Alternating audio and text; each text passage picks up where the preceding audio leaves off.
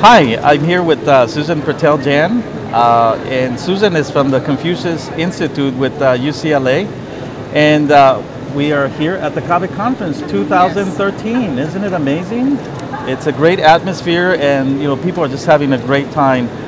Susan, you just presented, and what was your experience with the presentation? What's your experience with CABE so far? Well, one of my first encounters with CABE was about 3 years ago when I happened to meet this principal, Jan Gustafson Correa, who was the principal of this little Spanish immersion school out in San Bernardino, and I was there to talk about Chinese language education, and Jan said, I would like to put Mandarin into my Spanish-English immersion program. Wow. And I got to know her, and we actually did it at her school, and now she's the CEO of CABE, so I'm excited to be here at CABE, and also to see that there is really an interest in exploring lots of world languages, and encouraging schools to do maybe even trilingual education and bilingual, trilingual. So it's great to be here, and it's a wonderful place for the Mandarin folks to be. Absolutely. Big organization. There's a big interest in the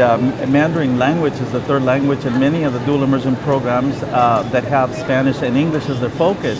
And I noticed that, for instance, last night you had a group of musicians who played traditional Chinese instruments.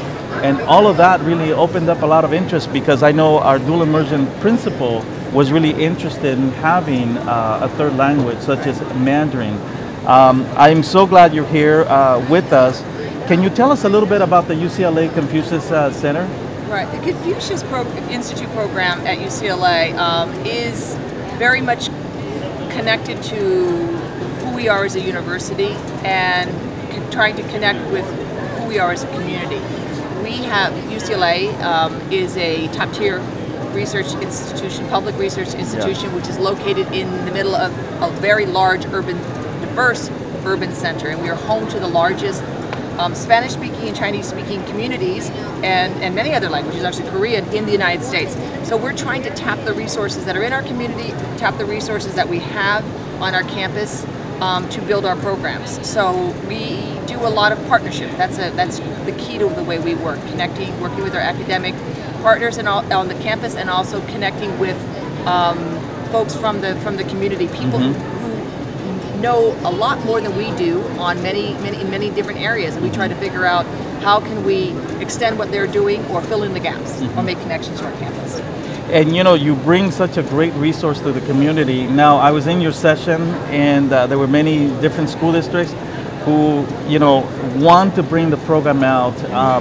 Do they get in touch with you? Do they send you an email? How can the Confucius Center help me if I'm at a dual immersion school and all of a sudden I'm teaching Spanish and English, but I want to add a third language, or possibly start a primary Mandarin program at my school? And so what they should try to do is contact us. We're www.confucius.ucla.edu, and we'll find out, listen to what the conditions are, what their expectations are, and figure out how we can create a successful partnership. We are looking for long-term partners. We are looking, as I said, we want to work with people from the community who have expertise and have passion.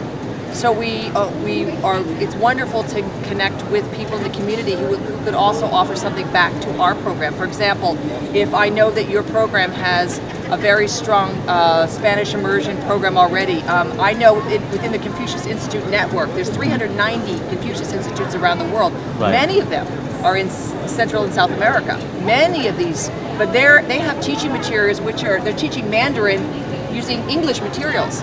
So, for example, if we have people who are teacher trainers who are really experts, we can connect them to some of our other Confucius Institute partners. So then we can help you with the Mandarin, but then you might also be able to help us with other types of areas, or do some teacher training for our Mandarin teachers, because Spanish is so developed here in the state of California. So there's a lot we can learn from you. So we want to be a two-way partnership. But even with that point made, the ability to connect even the Spanish programs through your center is just outstanding. That's where the resources really should be housed at a huge institute like UCLA, and you being the connection there. One of the things that I wanted to ask you, as far as teachers, what is UCLA doing as far as bringing up, Mandarin as the primary language through the credentialing program and all of that? Is there anything being done about that?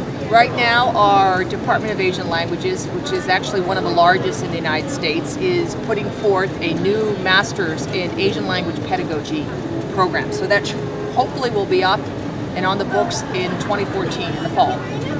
We've also been talking then to our School of Education about adding a single subject credential for Asian languages.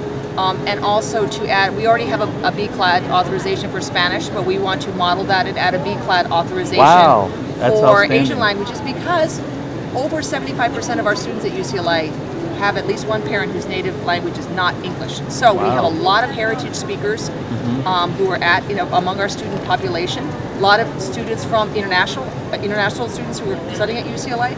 So we have a very unique population of students.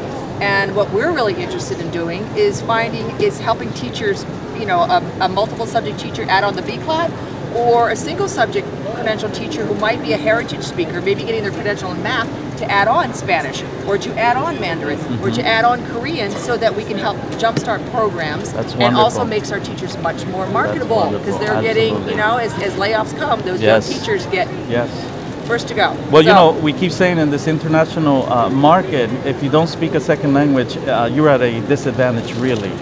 Now, I wanted to ask you, is there a list of schools that are currently teaching Mandarin in a dual immersion program?